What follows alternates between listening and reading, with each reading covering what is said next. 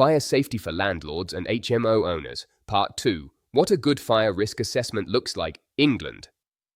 If you're a landlord or HMO owner, and the regulatory reform, Fire Safety, Order 2005 applies to your premises, typically the common parts, a suitable and sufficient fire risk assessment is a legal requirement.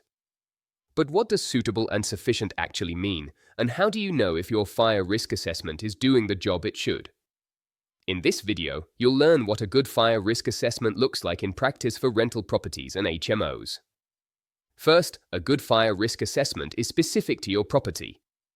Generic tick box checklists or copy and paste reports won't properly identify the real risks in your building. A competent assessor should inspect the premises, identify fire hazards, consider who is at risk, and base recommendations on what's actually there and how the building is used.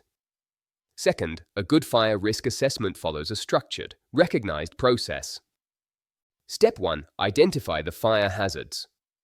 Step 2. Identify people at risk. Step 3. Evaluate, remove or reduce the risks. Step 4. Record your findings, prepare an emergency plan and provide training. Step 5. Review and update the fire risk assessment regularly. Third, a good fire risk assessment is clear, proportionate, and action-focused.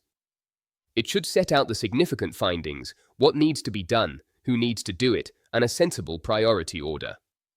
Be cautious with reports that are heavy on jargon, vague on actions, or recommend expensive measures without explaining the risk they're controlling. Finally, a good fire risk assessment is a living document, not a report that gets filed away and forgotten.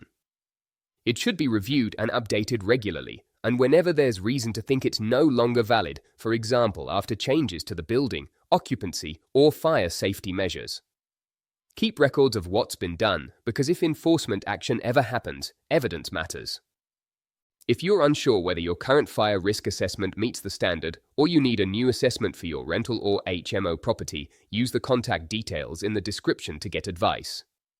In the next video, we'll cover practical standards for fire detection and alarm systems in rental homes and HMOs, and how to avoid the most common compliance gaps. Subscribe to continue the series.